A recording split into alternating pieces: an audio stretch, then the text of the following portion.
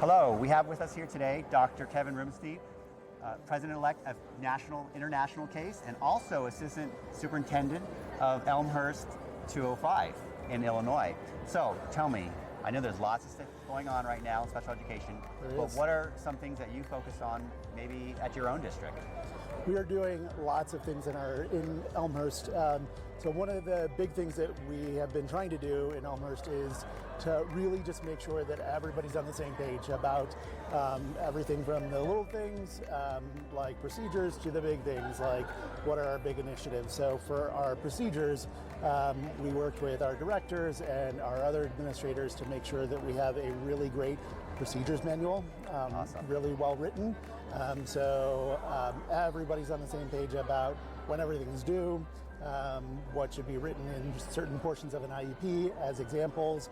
We pointed to, in Illinois, we have this IEP quality project, so it's pointing in those directions. We have some sample goal projects and those sorts of things there, and really just helping people to drill down into what's important.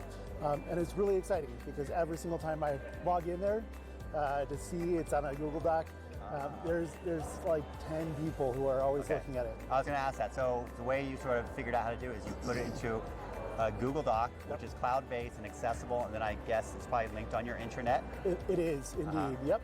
And so, and we get requests all the time for, hey, can you add this in there? And sometimes there are things that we don't want to put on there. So we don't want to be so proceduralized that everybody's doing the same thing. So some of those adverse effects, those sorts of things, we want those to really be unique. So we'll do some training on that. So it's a little bit different for every single student, but there are some things that really do need to just be written down in the same place so that we can get that out to every building. Okay, well that sounds like a great tip because my guess is probably only half districts probably have a standardized document like that. Now, would you also have some kind of procedure for updates? Like, is there a submission? Like maybe say, hey, if you want changes, send the email, include.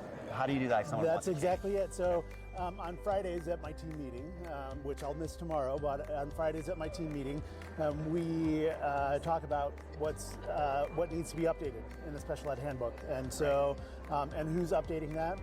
And if there's anything that needs to be released, we will do one final review of that as a team to make sure that everybody's on the same page about it, and then I send the update as the assistant superintendent, so people know that it's important, and it goes out at the same time. So any updates come out on Monday mornings from me as the assistant superintendent, and so it's really kind of again, it's a procedure thing that people know.